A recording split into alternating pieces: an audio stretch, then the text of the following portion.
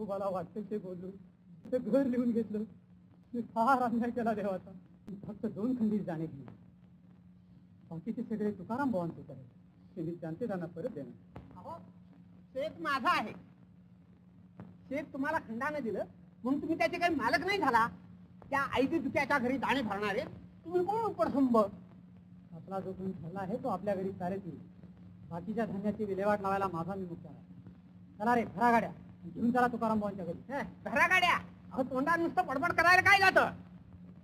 पाहतो की त्या तुक्याच्या घरी कशा गाड्या जातात ते. खबरदार कोणी हात लावाल तर. अहो, ही काही बेबनशाही नाही. सगळे दाणे तुमचे नव्हत.